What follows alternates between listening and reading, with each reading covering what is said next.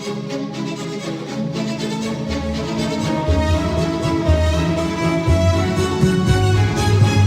live play.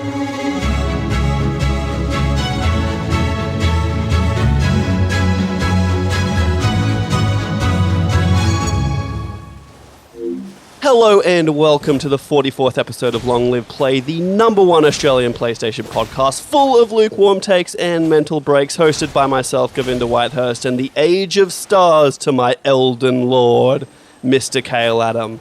If you like what you hear, you can and should review us on Apple Podcasts or follow us on Instagram and Twitter at LongLivePod. We also have a YouTube, which is also Long Live Play. It's all very confusing, and our SEO is way worse than I thought it was because I actually checked it on not my computer. So I'm going to add that to the link tree on our other socials. Look out for that. It's way easier to find us that way. With that out of the way, Khayl, how you going? Pretty good. Pretty good. Nothing groundbreaking to report. I'm a little low. I'm a little flat, actually. I'm a little tired, if you will. I could use several days of sleep, or at least prostate rest. And I don't mean like my prostate, I mean the position I would be in was I would be prostate. You know? It sounds like your butthole got a real working and you need it to be rested now. I need it to... So I just, let's not start using crazy big words that mean something different today than they did 100 years ago, and just use the regular words that people know. Otherwise, it sounds like you've had one too many fingers in the butthole. Look, I'm getting Nothing older. wrong with that, dude. I'm getting Nothing wrong with older. that. And there's... Whatever you're into. When do we need to do that? It gets to a point where we need to get fingers in the butthole, right? I mean, I'm not a doctor, but I think 50. Just wait for I think that, 20 years and then see if you got cancer. That's... you know when we need to do it? We need to do it when we go to the doctor and the doctor puts a rubber glove on very knowingly.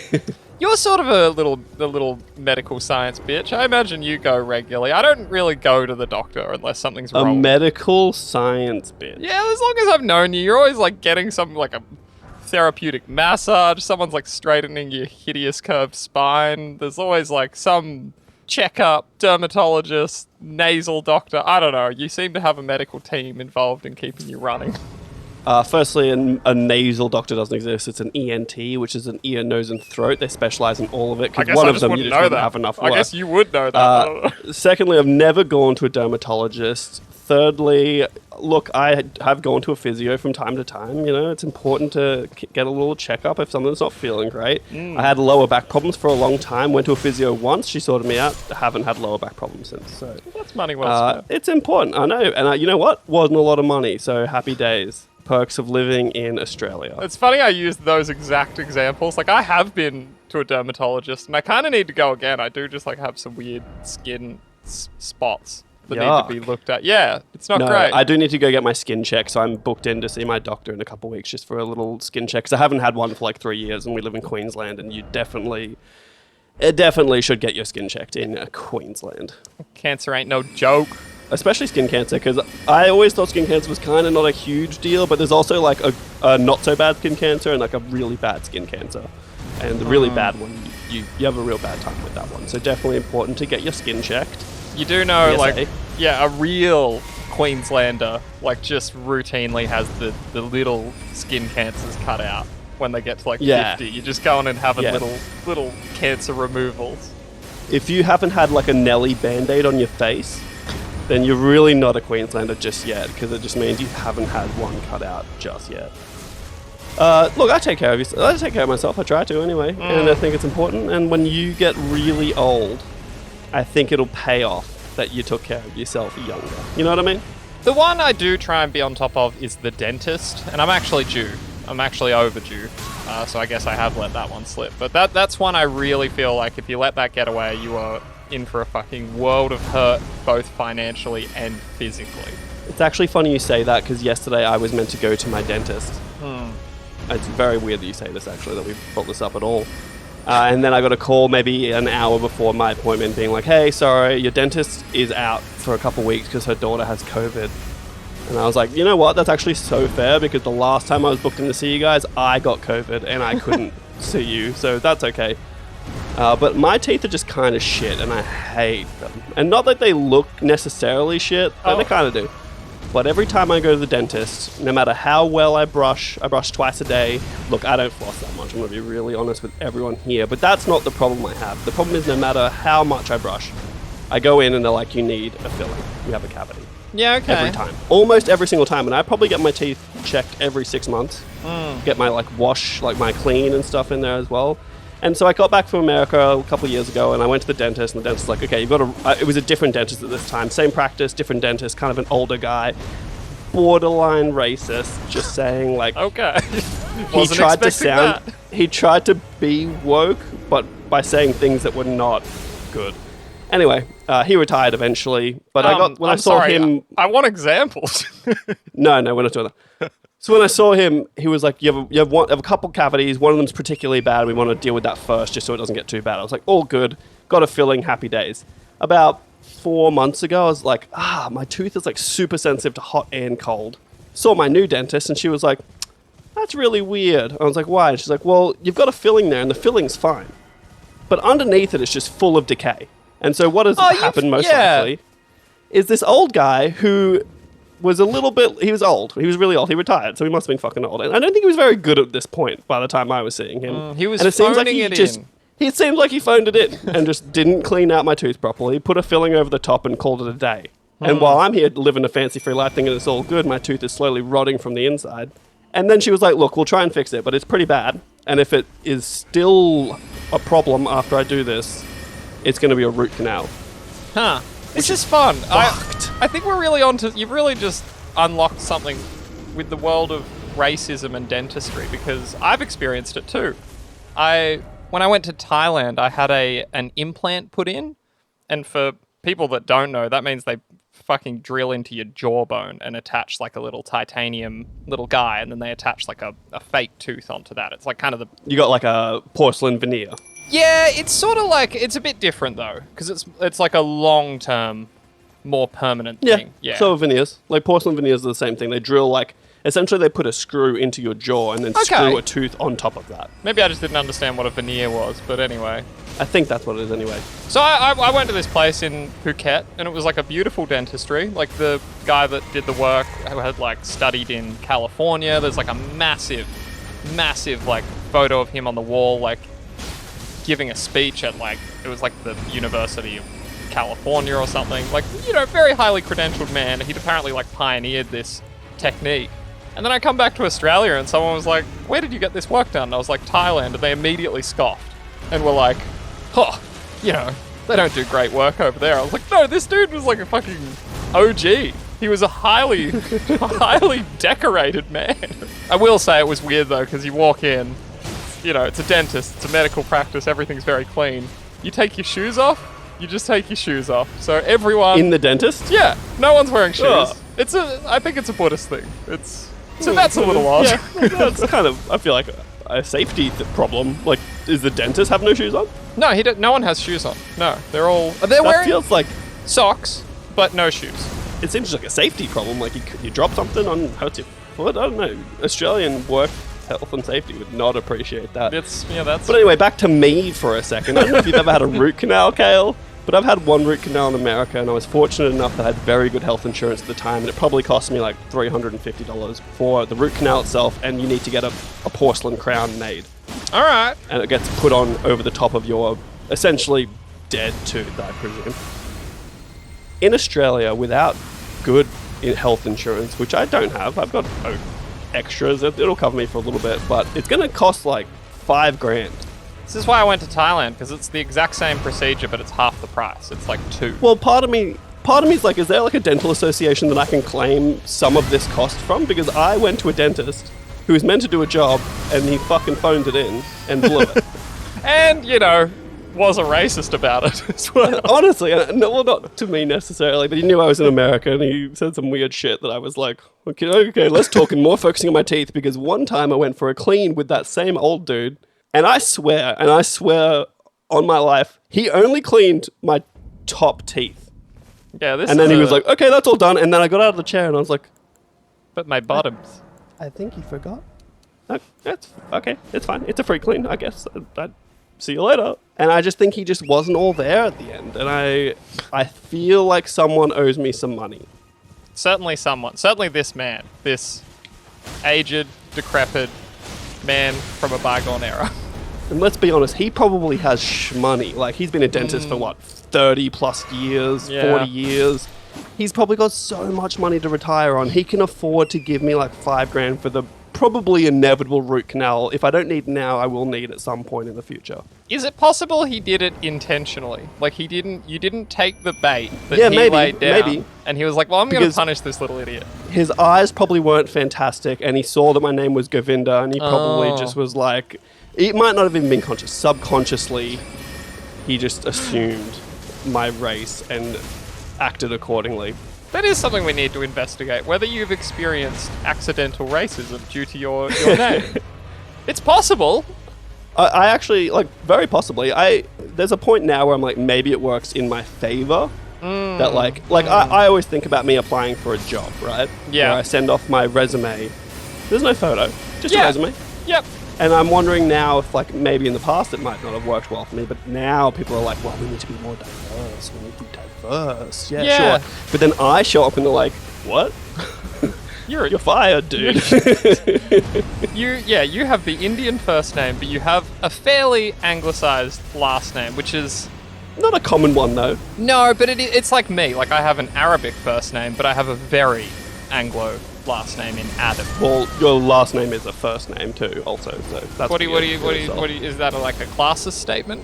Yeah, I think serial killers are typically named with two first names. I guess you're lucky that your first name's like not really a first name, you know what I mean? It's like a vegetable. Did we ever ask how you're doing, or was this just because I was like, I'm a bit tired today? I just need us to be clear about something. Okay. This segment, I loosely call it a segment, but it is. We do it every It is week. a segment. It's not how we going. It's how you going. It's more like what's It's going how on. are you going. Yeah, I'm not introspective. I don't talk about myself. We talk about you, and then we move on from you into games, and then we continue with our gaming podcast after we've talked about racist dentists for the first 10 to 15 minutes.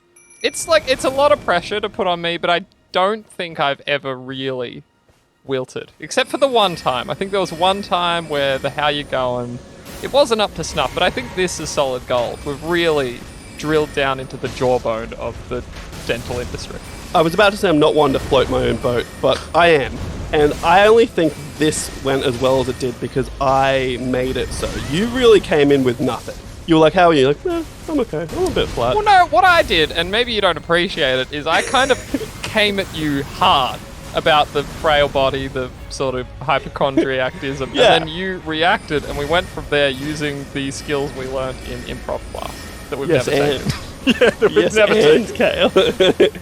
Yes, I do take care of my body, and my dentist is a racist.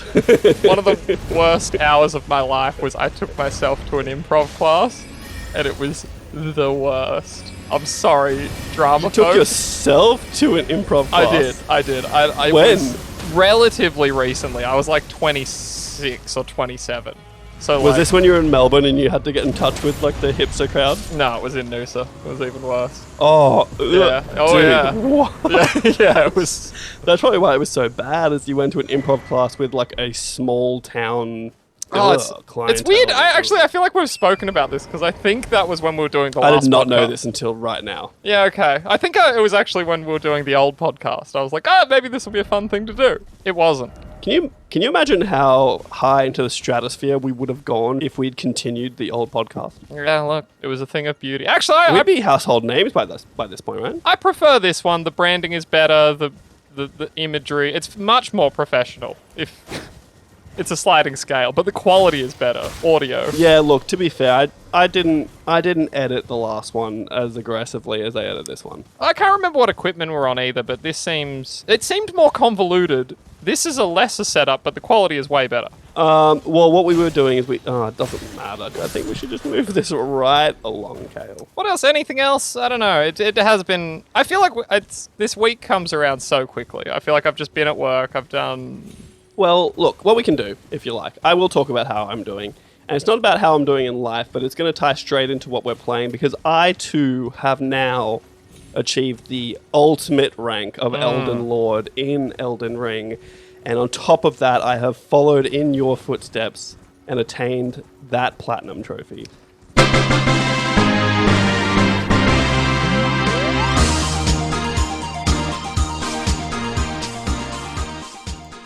Congratulations, by the way. But Well, thank you. it's probably one of the better platinums I've ever gotten.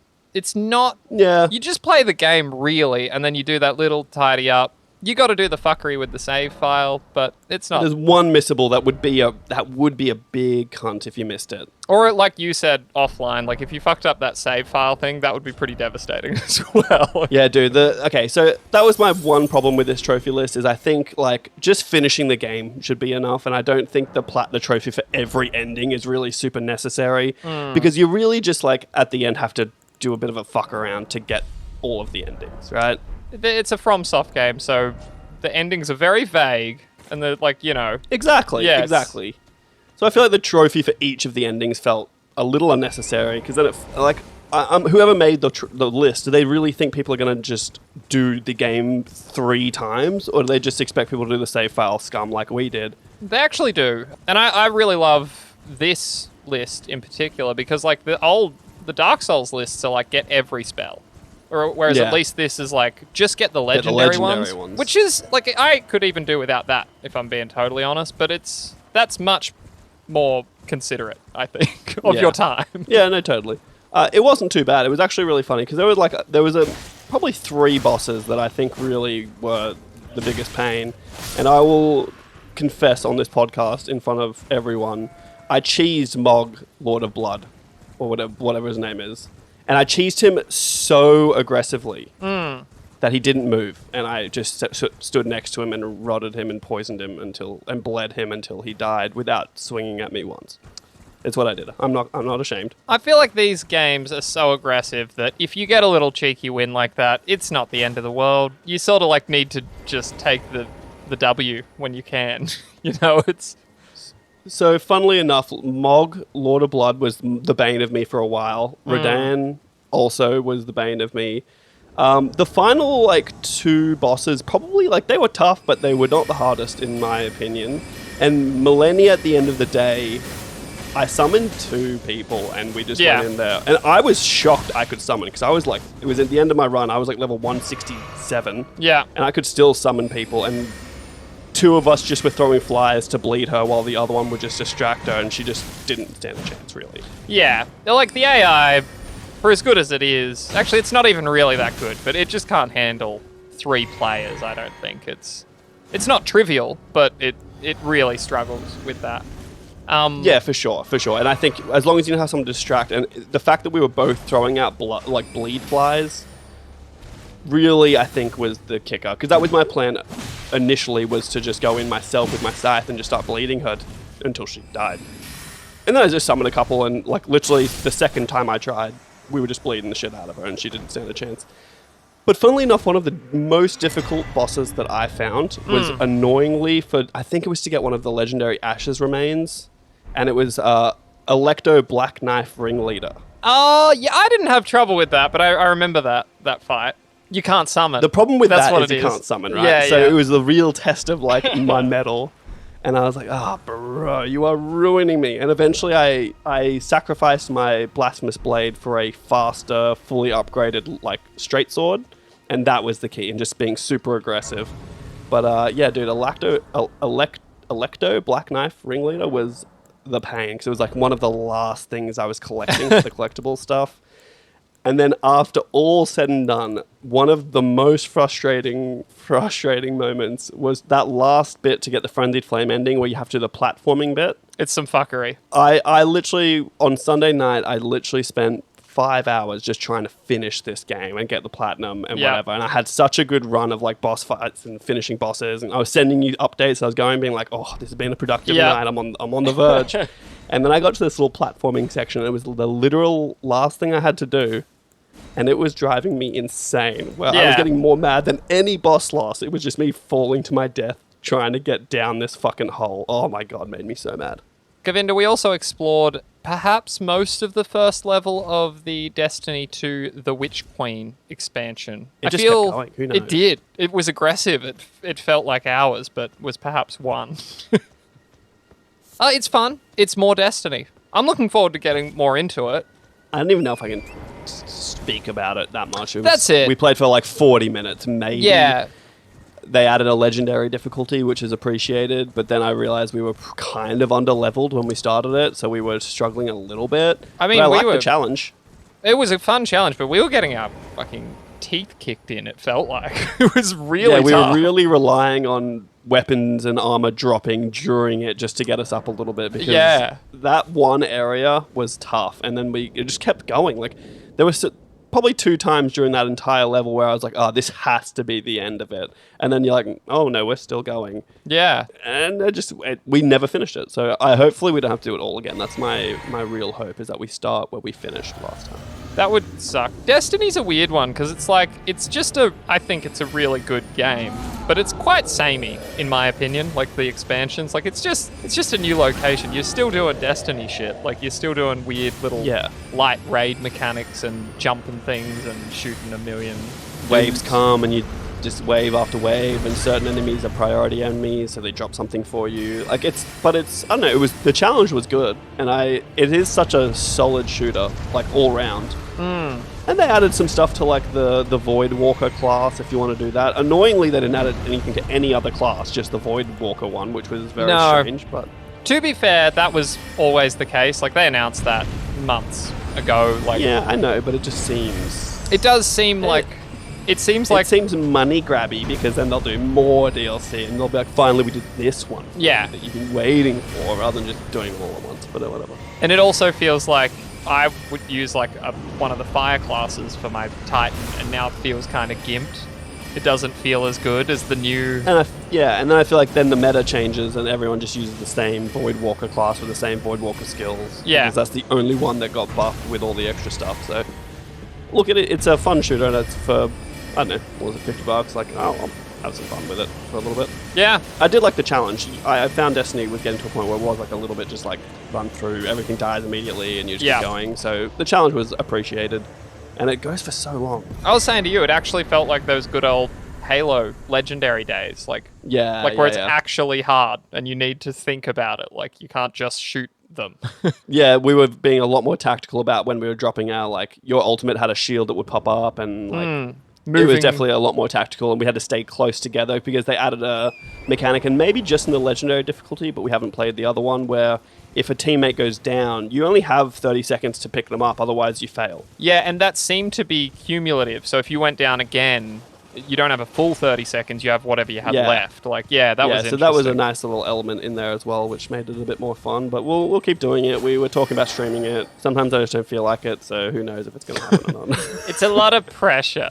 It's a lot of pressure. It's not about the pressure. I just don't know. Like, I just wish Khayl could stream sometimes. We can. I just have that potato internet compared to your good city internet. It is true. I just think that we can talk about this later, but you can't just call your service provider and be like, be better. You just have to change. You know, you have to change it's a whole thing and be better. Yeah, no, it's not. It's fine. I will say I'm very excited for Chrono Cross, which releases tomorrow, and this is just a remaster of a classic PS1 RPG, the pseudo sequel to Chrono Trigger, and I never played it, and I'm really looking forward to just having a fucking throwback turn-based JRPG after the glory that was Elden Ring, but this is going to be such a different pace. I'm excited. Yeah, I don't know if I'm going to jump on board with that. I don't know.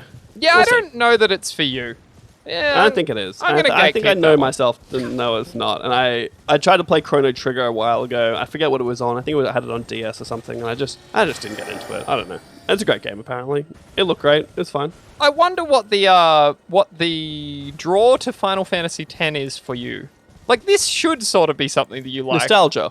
Yeah, it really is like just that game, isn't it? It's not the genre. Actually, to be fair, I played like years after Final Fantasy X came out. I played 90% of Final Fantasy VII, and then something happened to my save. I lost 20 hours, and I remember that. I remember that well. I remember. But I was like right at the end of Final Fantasy VII, and that was turn-based. And I don't think I had any. I don't think I had any of like the perks of like speeding it up and stuff like that. I think I just did the OG playthrough. If I recall, that was on a PS3, and you were playing like the actual, like the whatever version. The PS2 Classic or whatever it was. Yeah, PS1, but I don't want to be a dick about it. PS1 Classic. Yeah, no, it's fine.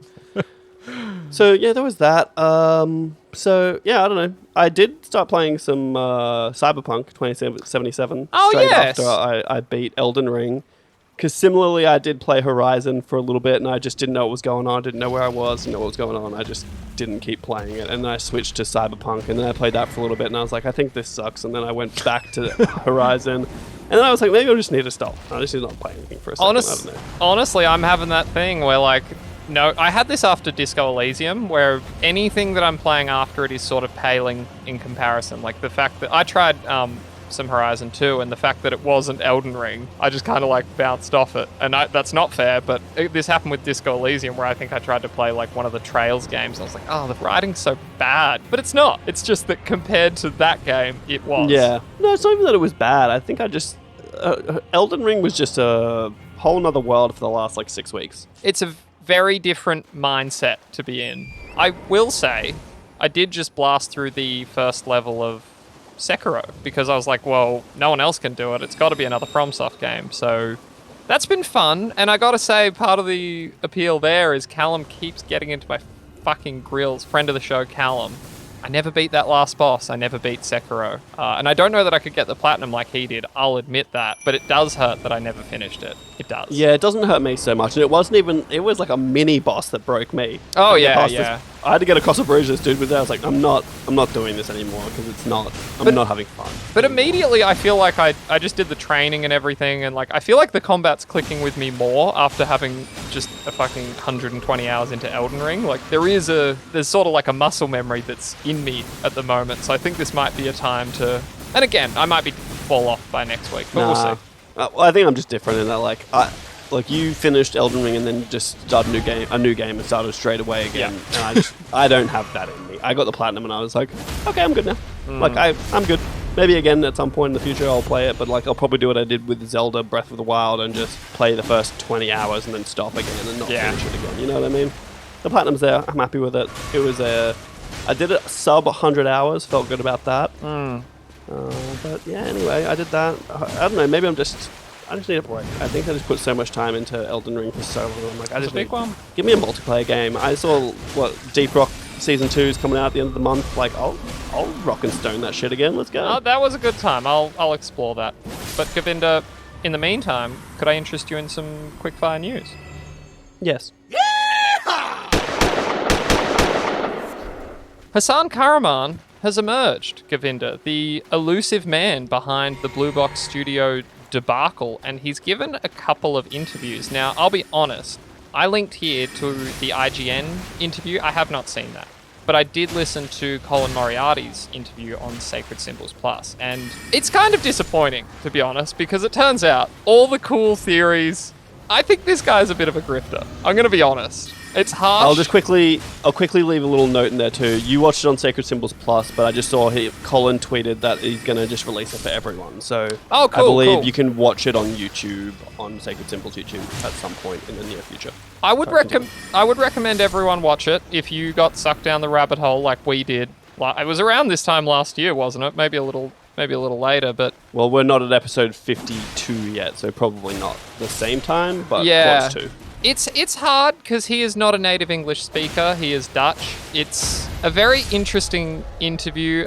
Colin really presses him and actually calls him out on a lot of his bullshit, which it kind of is looking like it was intentional, just trying to get his... And, power to him. He was trying to get attention. Marketing for you. Yeah, but it's... I don't know. It's a tough one. I wish it wasn't the case, but it sounds like this was an indie dev that just sort of overreached. There's too much to even go into right here, but I recommend everyone watch it. Maybe we can leave a link to it. Nah, you got to give me more than that. Give me some cliff notes. What are they talking about? The Hasan Kahraman being Hideo Kojima just appears to be a coincidence. That's, that seemed to be like the silver bullet back when we were talking about this, but that just seems to be a coincidence.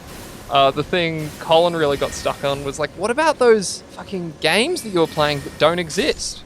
You have trophies for games that don't exist. What's that about? And he was just like, I made the games. And I could be misremembering the exact details here, but it was along the lines of we have a dev kit. I made that game for my nephew. And so I just popped some trophies and I just had access to it. No one else did. And it was just stuff like that. And he was like, but how did... Easy explanations for things that people had complex answers for. Yeah, and he did kind of wriggle out of a few things. He was like, I NDA. I can't talk about that. But it was disheartening, I think. I think I wanted the myth and the legend to be more real than it was. Like, all the stuff with the fucking interactive trailer demo that, you know, not even a first-party studio has had access to. They were just kind of like, he was just kind of like, I don't know, they just let me do it. Like, we pitched them. He asked the question and they'd never, no one's ever asked the question before. It was crazy. It was like just so mundane in a lot of ways. And then, I don't know, then too much of the interview was him actually trying to sell the game, which sounds boring as hell.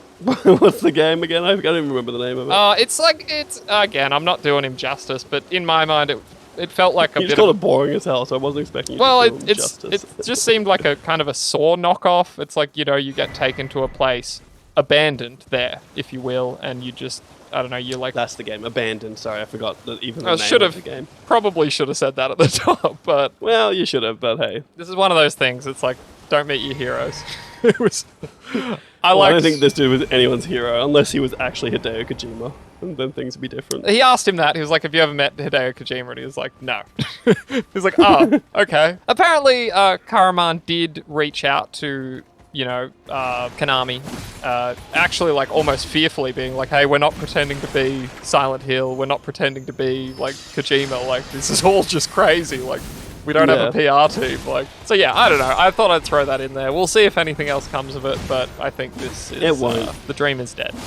This will mean nothing to you, Govinda, but somewhere right now, again, second shout out for the episode, friend of the show, Callum, is going to have a full-on erection. Bandai Namco is interested in a collaboration with Brandon Sanderson. Does that name mean anything to you?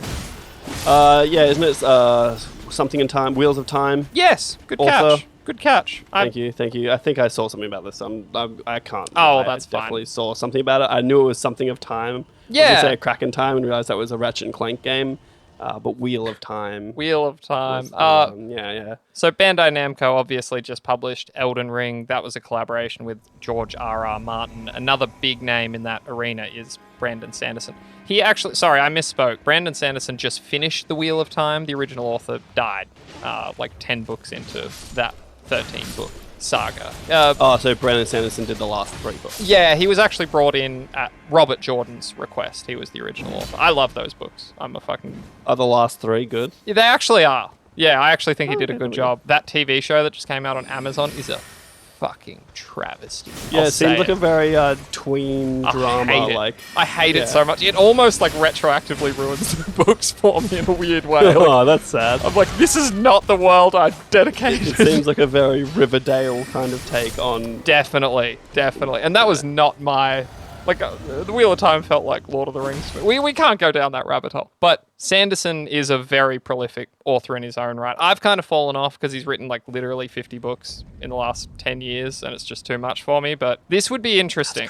This would be, like, you give him a Soulsborne kind of game. I think that's kind of a cool... like, does it say, is it From Software or is it Bandai Namco? Because it might not be with From Software that the collaboration is with, right? The interview comes from Sanderson himself. He was like just talking to fans or whatever, and he said that he had been sent a copy of Elden Ring.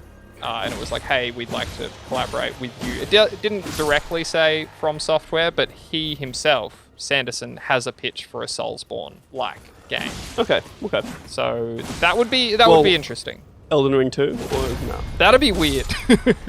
Well, that's what I mean. That's why I'm like, I feel like, and I could be wrong, but I feel like From would be working on Elden Ring 2. Honestly, I think they could do that without anyone. They don't even need George Martin again. Well, that's what I mean. That's why I'm like, but it would just be interesting for them to collaborate with Brandon Sanderson when they're working on Elden Ring 2. If they're working on Elden Ring 2. It's a good idea. They might not.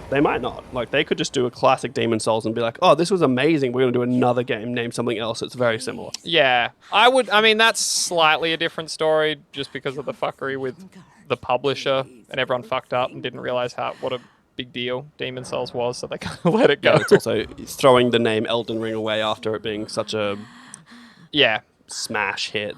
I hope we get a second one. I'd love that. I'm sure we will. I hope I'm sure we will. Fucking split teams and we get a Bloodborne 2 and a Elden Ring 2. I don't think I can go back, actually, to Dark Souls. No, to like a regular Dark Souls, yeah. I was going to say, what about like a Bloodborne Elden Ring hybrid?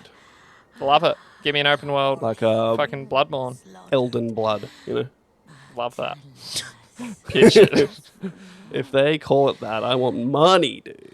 Moving right along, we talked about it. If you can, and we apparently cannot, now is the time to jump back into Forbidden West because a new update just came out. And apparently it smooths a lot of things out. The performance is apparently better. This has come out since I tried it, so I can't verify that. Less quote-unquote shimmery. Yeah, I didn't really know what that mode. meant. I just think it's, when like at a bit of a distance, grass and the wind looked a little bit weird and grainy and kind of weird looking. Yeah. I think it just smooths that sort of stuff out in performance mode. Yeah, that's interesting. So that's like, I don't know. I didn't think it was too bad when I was playing it. It definitely was something I noticed, but I didn't take too much away from it. Promise this is the last time I'll do a bad comparison. But also in this, everyone's freaking out because now, as a part of this update, you can just quickly gather resources. Like, she doesn't actually do the animation. You can turn the animation off.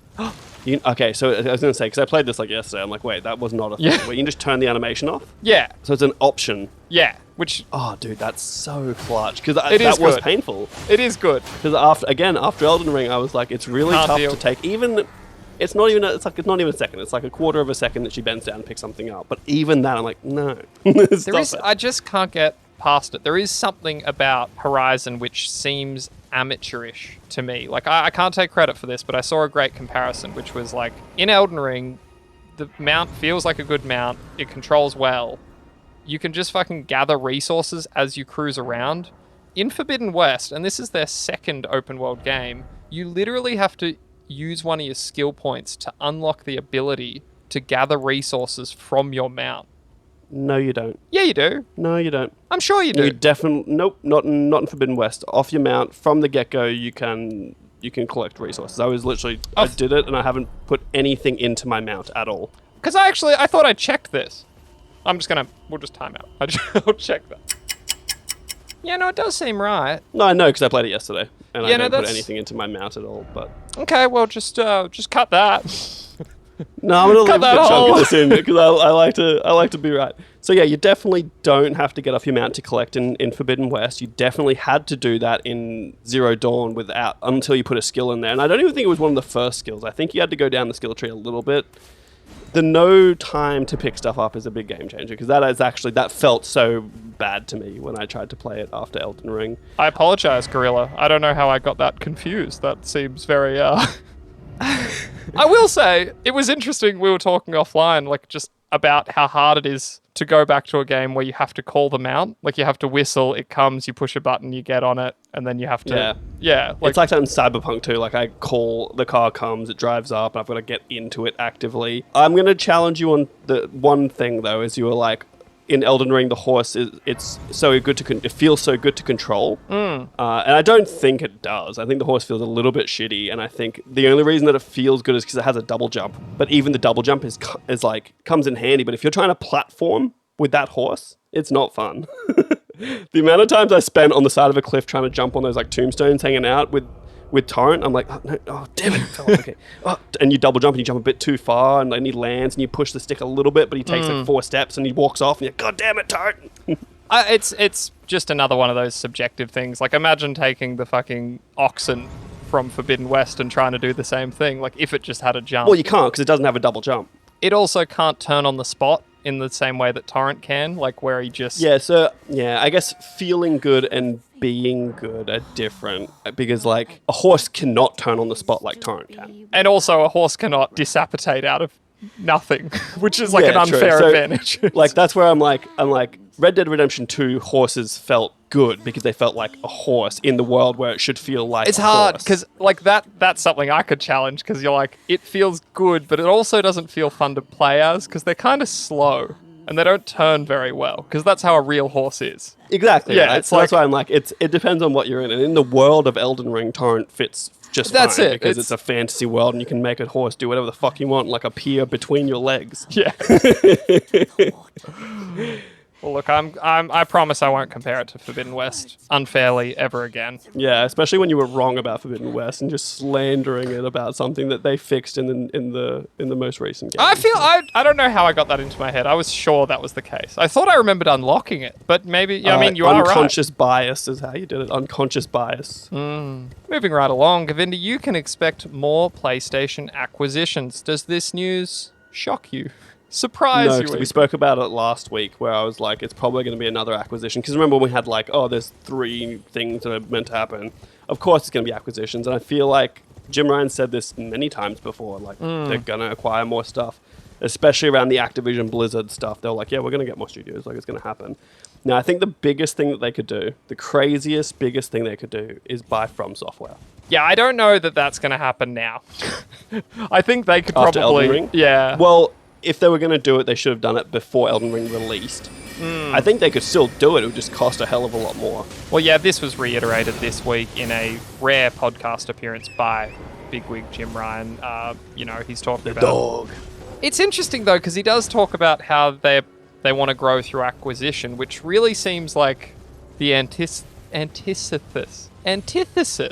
of their original goal, which was to develop the teams they had. So it's a real Why not pivot. both? Yeah, well, I think that's... Because I think you can develop the teams you have, but I think when you've got your direct competition buying publishers with like 5, 6, 7 studios each, you have to do something.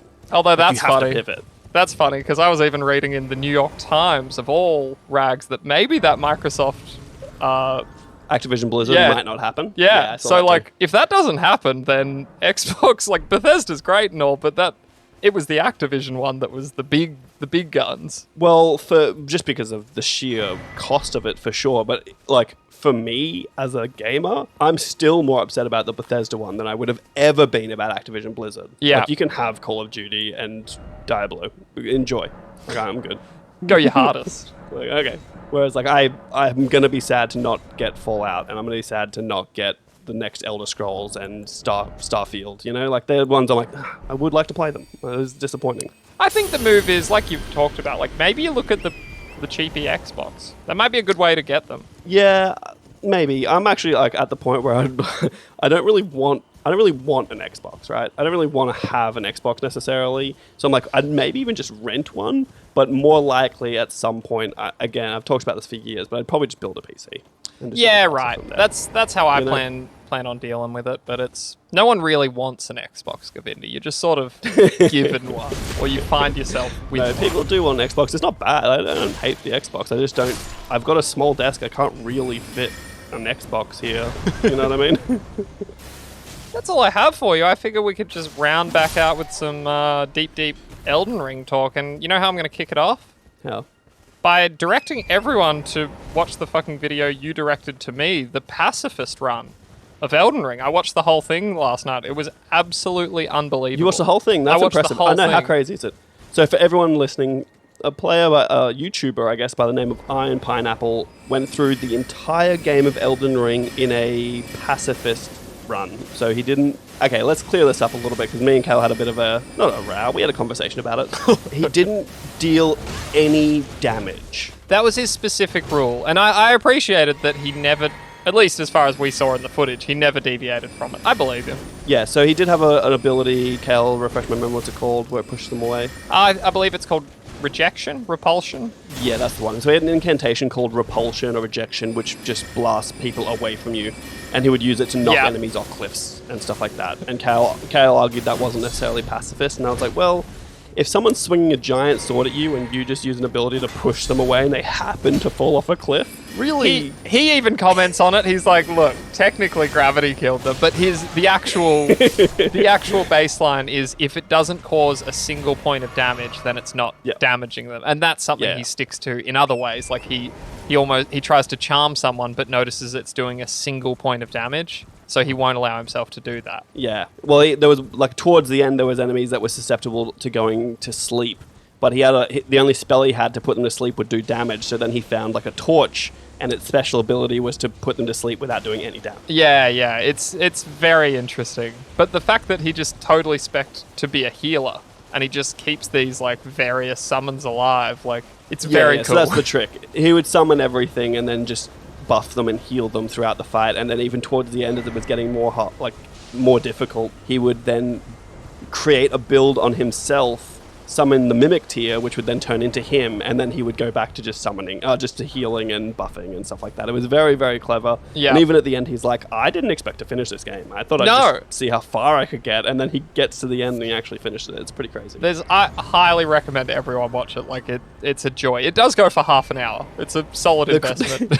I think the craziest thing is, like, he's going up into the second last boss, which took me maybe, I want to say 10 attempts to get. Like, it took me a while to get there. He does it in his first go. Yeah. And I think it shows just, like, the sheer, like, diversity of builds you can have in this game and how they can all be effective if you plan it correctly. It's super impressive. We should use that to get into our own thoughts, but my lord, I don't know what to do with myself now. Like we've talked about, I'm just playing it again just because I have nothing else in my life, apparently. It's incredible. It really is. Like, I think it's the best game I've played in years. I think about it constantly. I've got Extra Life open in front of me. I check their build guides every day just to see what's possible, to see what people are coming up with. I'm on Elden Bling, r/Elden Bling, which is a fashion subreddit, and there's also r/Soul Sliders, which is like it's just how to make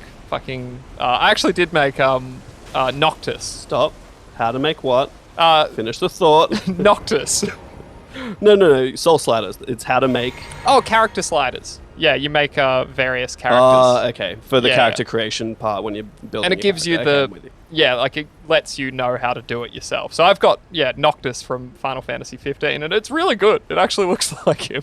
That's actually kind of cool. I didn't even. Look, if I start again, I will probably do that just to have a sick character. That, or I'll do what the classic Souls-like thing is and just build a fucking monster, like an ugly, horrific beast with green skin and just absolutely horrific. I'm blanking it, but someone made what's the president? I'm not a crook. Nixon? Yes, someone made him, and it's exactly him. It's so good. It's like... I really do appreciate that a lot. Oh. How do you want to do this? I just kind of wanted to I guess even revisit some of the... This is how I wanted to frame this. When we first talked about this, we had a contentious discussion about Stormvale Castle and the complexity, the size. You didn't think it was as big as other places in previous Souls games. Yeah. Did you find the boss fight beneath it? No, maybe not. Because I didn't. Where the stone sword key goes? Well, I found another stone sword key. There's a few ways to get down there, but essentially there's, Roger, like the sorcerer. I fucked up his questline because I didn't find the boss that lives underneath Stormvale Castle, and it's... Yeah, no, neither did I. It's not very exciting, to be honest, because it's one of those fucking, root worms. The massive big worms. You fight too many of them. WYRM. Yeah. So it's one of those, but it would have been the first one you'd seen in the game by a long shot. But anyway, you're meant to go down there and fucking kill that thing, and there's a whole area. It's not a huge area, to be honest, but that blew me away. At 100. Would that stop him turning into stone? I don't know. That's why I'm kind of playing again to actually get through the NPC. No, look, I didn't. Look, if we're going back to that, I still stand by that. I don't think it's like the most impressive castle, like dungeon ever by any means. But I was blown away the further I got into the game, and I go to like Raya Lucaria Academy. Yeah, and it's just the craziest place ever. Or Volcano Manor, which on its surface is just like one room and a hallway. And then all of a sudden you're in a whole little town behind it. And then beyond that, you go into another castle where you're doing another fight. And then you go beyond that. And it's like, it just kept on going.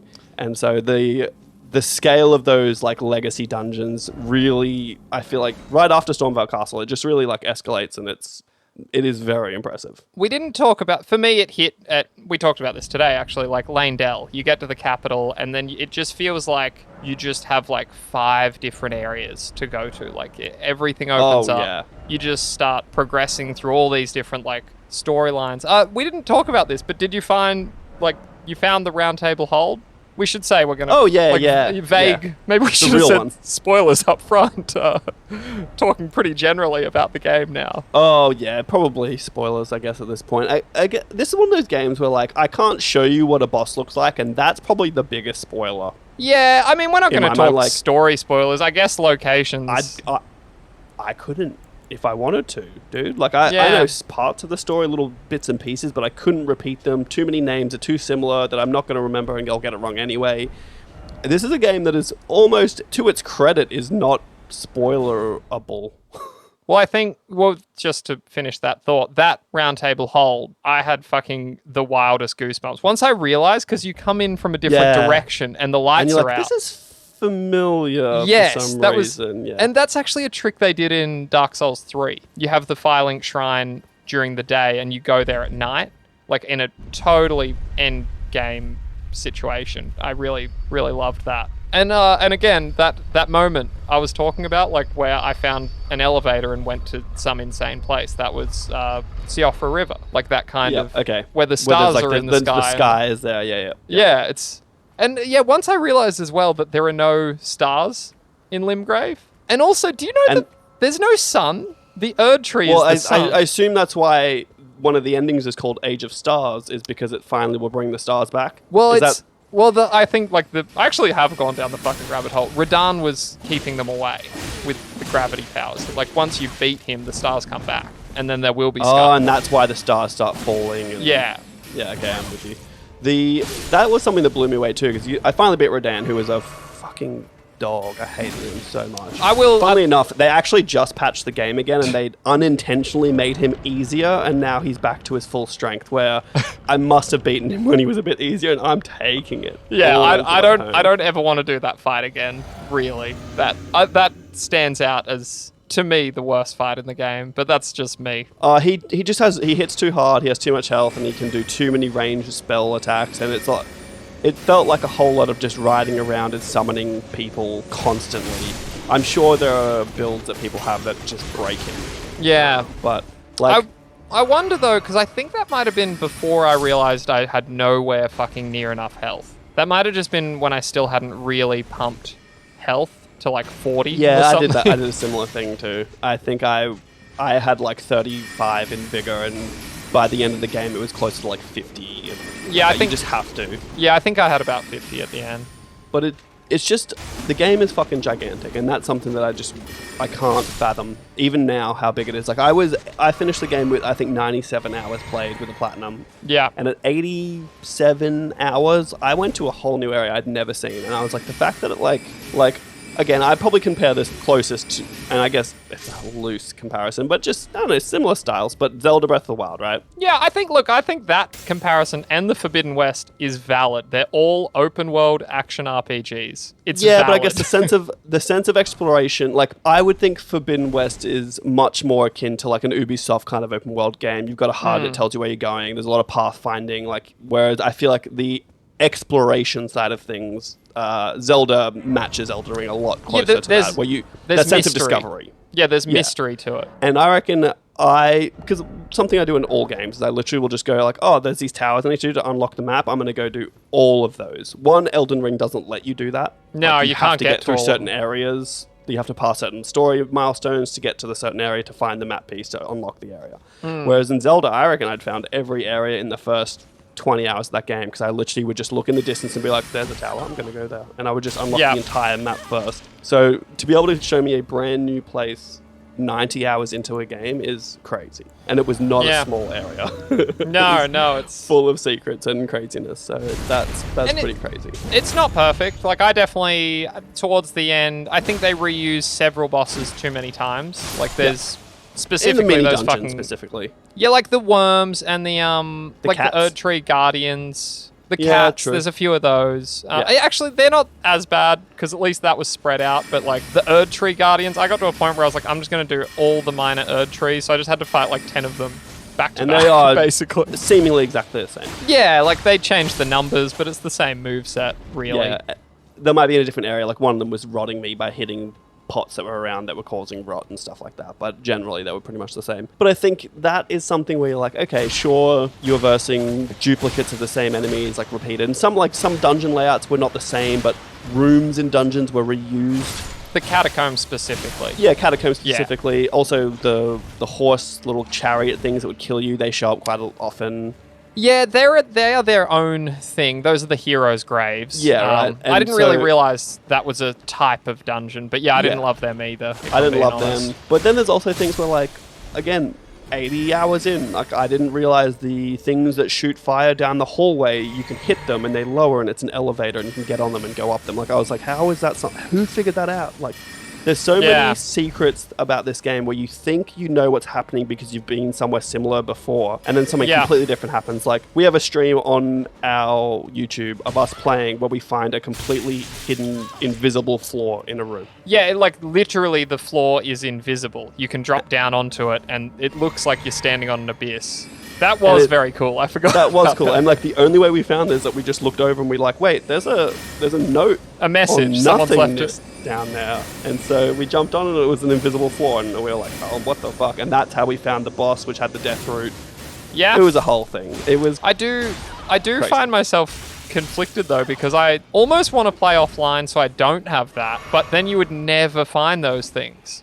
Like, you would never have found that. exactly. And That's- it's one of those yeah. things where one of the draws for me for this game and any Souls game that comes out ever is it becomes a community event. It's not Yeah. just like I'm going to play Last of Us by myself and like I'll know what's going on and I'll talk to my I'll friends get- and be like, oh, did this happen to you? But it's like hey, here's a game where we're going to tell you literally nothing about how to play it, like Yeah. except here's how you swing a weapon and here's how you call a horse. But everything else, you're going to figure out how to do it yourself, and you're going to go onto a subreddit or onto Fextra Life or PowerPix, and you'll talk to a community that's going to find stuff out together. Yeah. And it's very rare that sort of game comes along. And the only other one I can think of again is Zelda. Like, there were bits in Zelda I was Yeah. like, how do I fucking do this one little thing that I have to do? And someone's like, you got to push the tree, obviously, and roll it down the hill and put it over the... And you're like, oh, what? Should have thought of that. Like, blowing my mind with, like, weird little physics puzzles and stuff. It's just crazy that Elden Ring can do that, but also be one of the deepest, like, combat systems I've ever played. Like, there's... That was the failure of Zelda, is that, like, the combat wasn't great. Like, you know, it's a Zelda game. It's not really the focus. True. But there was a point, I think, last time when we spoke about it, and you were saying that, like, there's no other move sets. Like, you just have the... And I'm like, I think there is. Like, you can get a spear, and it's different to a sword. That's different to a heavy weapon. Like, there are different move sets, but there is something I think back, I'm like, man, the weapons breaking is such a buzzkill. It is. And I'm actually generally down for that kind of thing. Like, I like durability. Durability was in the earlier Dark Souls games. Just I don't tone it hate that. way down. Yeah, it was like 6 attacks and your weapon's like basically Yeah. done. But Yeah. that was almost part of it, is that you just had so many weapons there and you'd throw it at people and they'd break and do more damage when they're thrown. So you'd always like get it straight to the end of its durability and then throw it to do the extra damage to finish it off. Yeah. But and I'd again, be- it's just different. Like, I liked in Elden Ring that I had my fucking longsword from the start. I maxed exactly. it out. It was Yeah. like, literally I started the game with it and it was always relevant. Well, when I was talking about the Electo, like, Black Knife ringleader, the sword that I pulled out was the first straight sword that I'd upgraded that I just got to plus 25. And I was like, oh, I'll just use this instead because it's quicker and will do what I need it to do. Look, I know we're talking about Elden Ring, but for Zelda, the next one, I would hope that they would tweak that a little bit, you know? Yeah, Well, I think they've got to know that. That's feedback. The way Elden Ring learnt from Zelda, Zelda should learn from Elden Ring a little bit. Obviously, it's not going to be nearly as hardcore as Elden Ring is, but there are definitely some things they could learn for sure. I love it because if Dark Souls is anything to go by, we're going to see 10 years of video games copying Elden Ring now. And everyone's Yeah. going to, like, try it, like, do their own spin. I'd love a fucking Horizon game where there are no tall necks.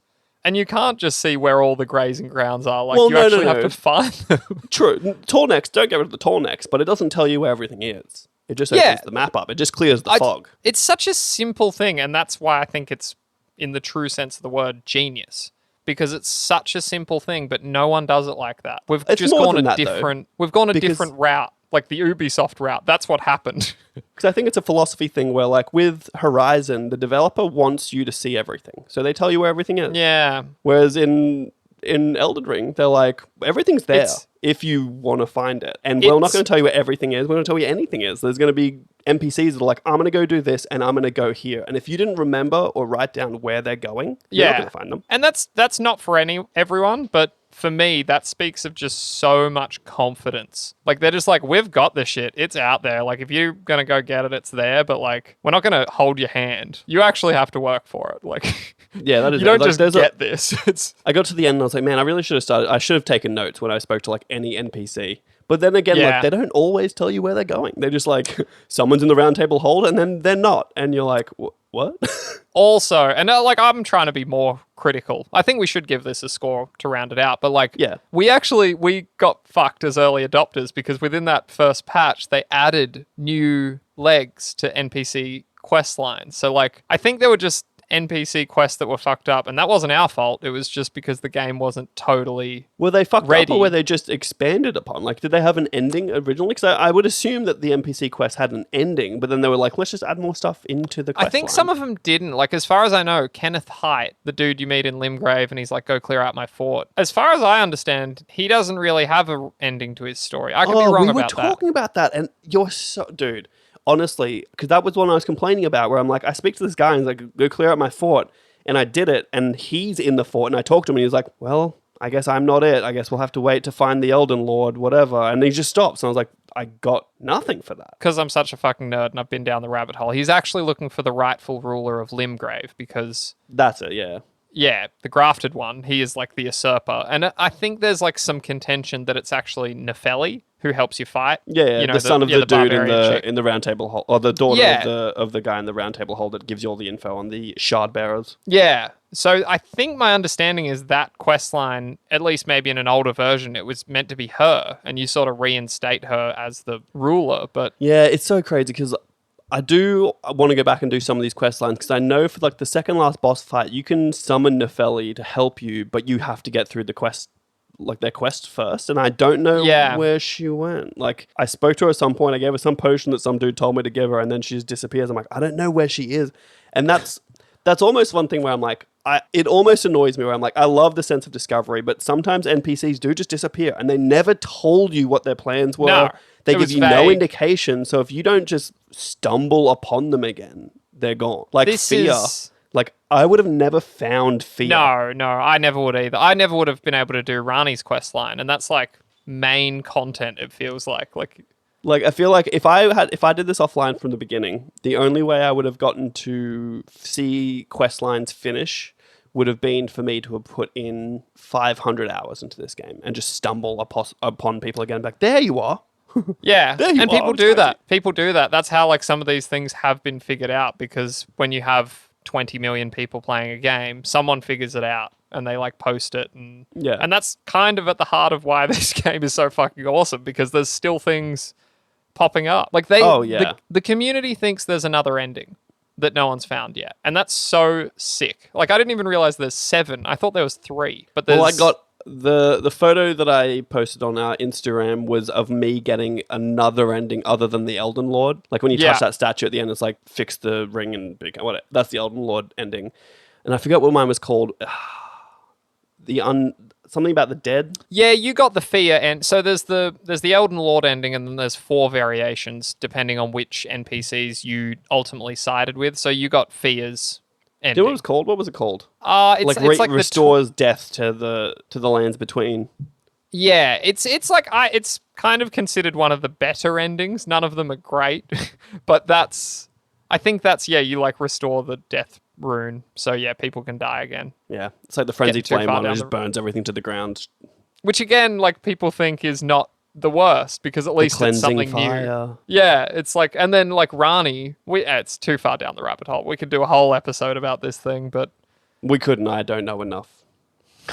I can send you some literature if you like. It's funny because when there was a point where we had a conversation about when's too early to review a game, and I was like, there's probably not much more I could see that's going to change my score for this game. Yeah. But then I saw another 80 hours of the game, and it probably did change it a little bit. Maybe not a lot, but definitely a little bit. Again, just the fucking confidence of it, because I think Limgrave is one of the most incredibly designed areas.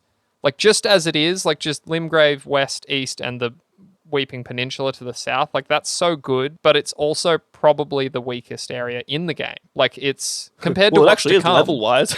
Yeah, like, but it's so well designed and awesome. But then, like, even Liurnia, or like once you get to like Mountaintop of Giants and stuff. yeah. Well, actually, I kind of feel like that area might be a little underdeveloped. Well, actually, I bit. noticed that, and I could be wrong, because I feel like towards the end, I'm just like pushing to get to the end. I was pretty high level, so I didn't feel the need to get stronger. And so once you get kind of past the capital, I felt like my desire to explore diminished. Yeah, I had the same thing. I think was after kind of Langdale, beelining it to direction, like to where I was going, rather than actually being like, oh, I'm going to look everywhere in this area. Because like Limgrave, Yeah. I didn't clear it, obviously, but I was in Limgrave for 30 plus hours, and I was probably in the Mountaintop of Giants for 10. I wasn't even that. I think I just beelined straight to the fire giant, and then I beat my head against that for a few hours. But So looking at the pacifist run, and I could be, maybe not the pacifist run, I was looking at something. It seems like the fire giant is not compulsory. no, the fire giant is. I swear he said he came back and beat the fire giant. Because he used the fucking speedrunning glitch to get to Farum Azula, which I think is bullshit. I hate that that's like considered legal for a speedrun. Well, speedruns come in different categories. So, like, there are categories that are no glitches or no, like, none of that stuff. And but that's not. I actually, oh God, we do need to wrap this up. But I watched the world record speedrun, which was under 18 minutes. Fuck, it's crazy, dude. It's the same guy, isn't it? He's been getting it down like every couple of minutes. So. Like, though the weird thing is his name's not on the speedrun website that I could find. But he has a speedrun timer. It's on the tip of my tongue. He has a speedrun timer going while he's playing. It doesn't count like leaving the game and going back in. As soon as you're on a loading screen, it pauses as well. But it's just crazy what he does, because he's got to get through like Malekith with like 20 levels and +8 basic sword. And then maybe it's a special +8, like it's a good +8. But it's just so crazy. And he was like, he just got good RNG, and he just uses this like freezing stomp, Ashes of War, that just seems to break. Stomp. Yeah, it just seems to break all of the enemies that he's playing. And it was funny because I was trying to beat a boss, and it was like, just use this. And I tried it, and it just didn't work for me. It's actually been nerfed. That's another thing that's changed, because it was really overpowered to start with. I wonder, if he's still using it. Slows them completely. It's crazy. The amount of times I had to go, like, towards the end, certain, like, trophy bosses were definitely tough, because, like, I was over-leveled for a lot of the early bosses I had to go back and beat, but towards the end, I was like, okay, these are actual challenges. And I was looking up like different things to help me get through, and like a couple of them were just such crazy incantations that I was doing so much damage with, but I just never found them because I didn't go through a certain quest line, or they were just in a weird little hidden path. And then I get them like, man, if I had these 60 hours ago, 20 hours ago, it would have been crazy.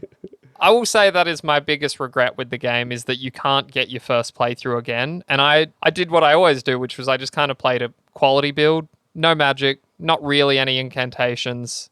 I just kind of like beat shit up. I got to try a lot of weapons though. That's sort of where I spent my time and energy. But I wish I've got a caster playthrough in me, which is that's it. Like that's like after 100, to wrap it up, after 130 hours, I'm looking forward to playing it again.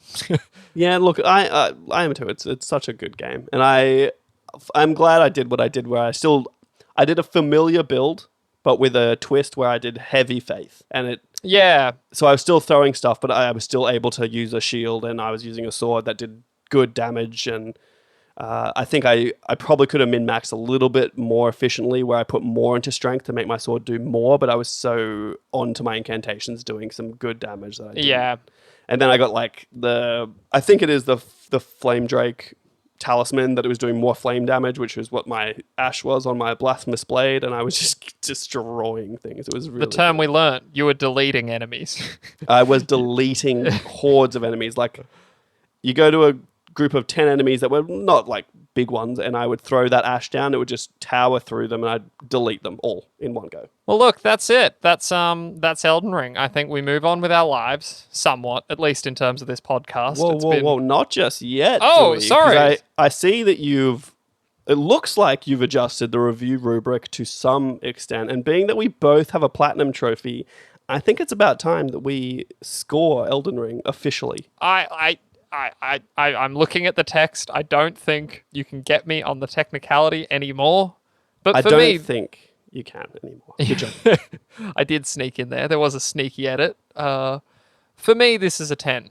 This is it. This is the benchmark. I can't even really think of... As much as I love The Last of Us, I'd rather this. For me, this is like just all gameplay. It's all builds. It's all exploration. It's new. Yeah, it depends what you're looking for, I guess, too, right? Like, if you're looking for a story, I'll take The Last of Us any day of the week. And then same with God of War. But it's got to be a 10, right?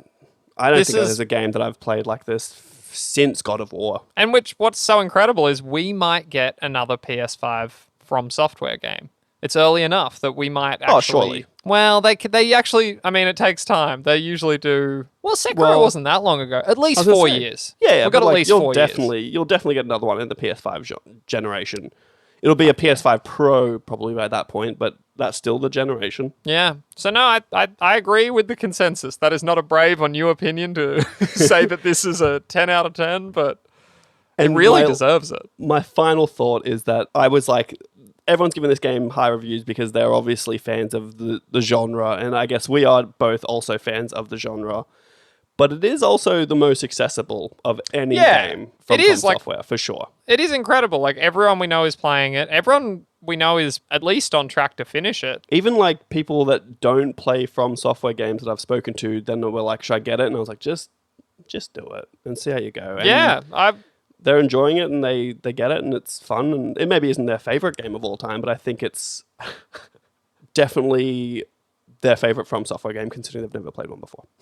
I will say there is, and maybe I'm too in the hole for this game now, but there is like a certain breed of player who got this game and they just like, they come out, there's the fucking, whatever he fucking is, the big golden knight on the horse at the very start of the game. Oh yeah. But you're clearly not meant to fight him, but they just ram their heads against it and then they give up the game because they're like, I just couldn't beat the first boss. You're like, how is that what you came to? And you're like, how is that? You couldn't beat Margit? And they're like, no, the dude and the horse. You're like, you go This around. is a real thing. I've seen multiple accounts of this, of people that should know better and they're just like, I just couldn't beat him. I don't think it's fair. It's not balanced well. You're like, no, you're an idiot. That's what happened. Explore, you moron. Govinda, get me out of here. I'm losing my voice. And on that, Elden Ring is officially a LLP 10 out of 10. Boom. First of its kind, I think. First of its kind, and the last. We only give out one in a generation. This well, was it. We blew our load early on this one, but it was a worthy one. This has been episode 44 of Long Live Play. I've been me. Khayl's been him. If you like us, please review us on Apple Podcasts. Written reviews only. Nah, kidding. We'll take it all, but written reviews really help. I'm going to add YouTube to the link tree on socials at LongLivePod, Twitter, Instagram. Follow along. We'll probably stream some Destiny at some point, maybe, if I can be bothered. Yes. But anyway, have a good time with life. Goodbye. Play Elden Ring, if you haven't. You fucking idiot. That was aggressive. Take it back. I take it back. But play Elden Ring. You should. It's very good. 10 out of 10. Govinda guarantee you'll enjoy it a little bit. Okay, goodbye. Bye.